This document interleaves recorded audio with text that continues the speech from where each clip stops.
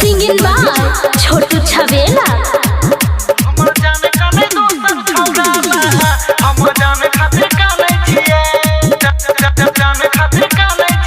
भाई रे अपन कहानी हम कहियो कि छोड़े लोटा गला से आई बोतले में पी। भाई रे अपन कहानी हम कहियो कि छोड़े लोटा गला से आई बोतले में पी।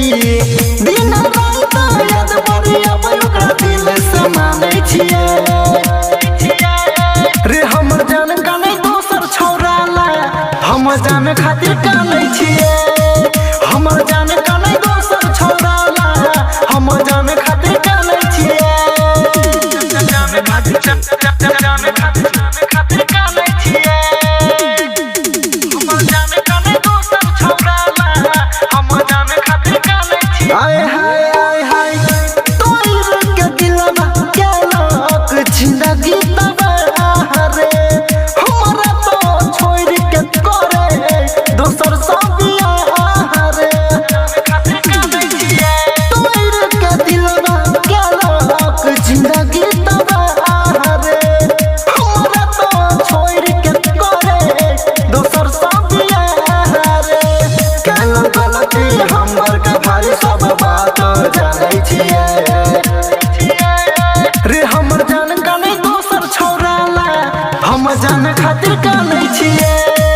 हमर जान काने दोसर छोरा ला हम जान खातिर काने छिए। जान खातिर काने छिए। हमर जान काने दोसर छोरा ला हम जान खातिर काने छिए। आय हाय किया न भेलै छोटू छवेला पर भरोसा प्यार पके किया मनीषा देलकै हमरा धोखा। किया न भेलै छोटू छवेला पर भरोसा प्यार पके किया मनीषा देलकै हमरा धोखा। राइटर चुनू विवेक बेदर्दी कहे बिना के लानै छिए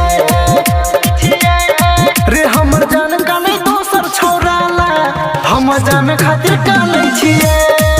हमर जान काने